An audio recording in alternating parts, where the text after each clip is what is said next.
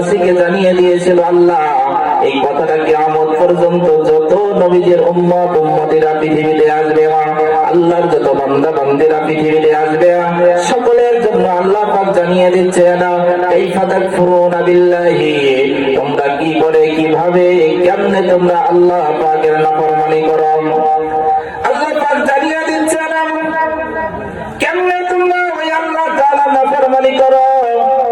যদি প্রশ্ন করেন কেন আল্লাহ নাফরমানি কেমনে করলাম, কারাই বা নাফরমানি করলো, আল্লাহ পাক বলছেন দেখো তোমরা তোমাদের বাবার পৃষ্ঠদেশে বীর্য আকারে ছিলে মা, শুক্রাণু আকারে ছিলে মা, এটাকে আমি তোমার মায়ের সাথে মিলনের ফলে তোমার মায়ের গর্ভে আমি স্থানান্তর করে দিলাম। এরপরে সেটা নাপাক পানি আকারে 40 দিন সেখানে আমি অবস্থান করালাম।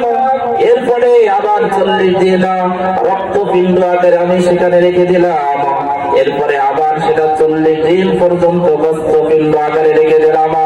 এরপরে ক্রমান্বয়ে আমি আল্লাহ পাক তোমাদেরকে আমি জীবন দান করলাম। আল্লাহ পাক এই কথাটা এই আয়াতের মধ্যে বলে দিচ্ছেন কাইফা তাকফুরুনা বিল্লাহি ওয়া কুনতুম আমওয়াতান ফাহিয়াতুম, আমি তোমাদেরকে জীবন্ত করলাম, তোমরা ছিলে মৃত, আমি আল্লাহ পাক তোমাদেরকে জীবন দান করলাম। জোরে বলে সুবহানাল্লাহ।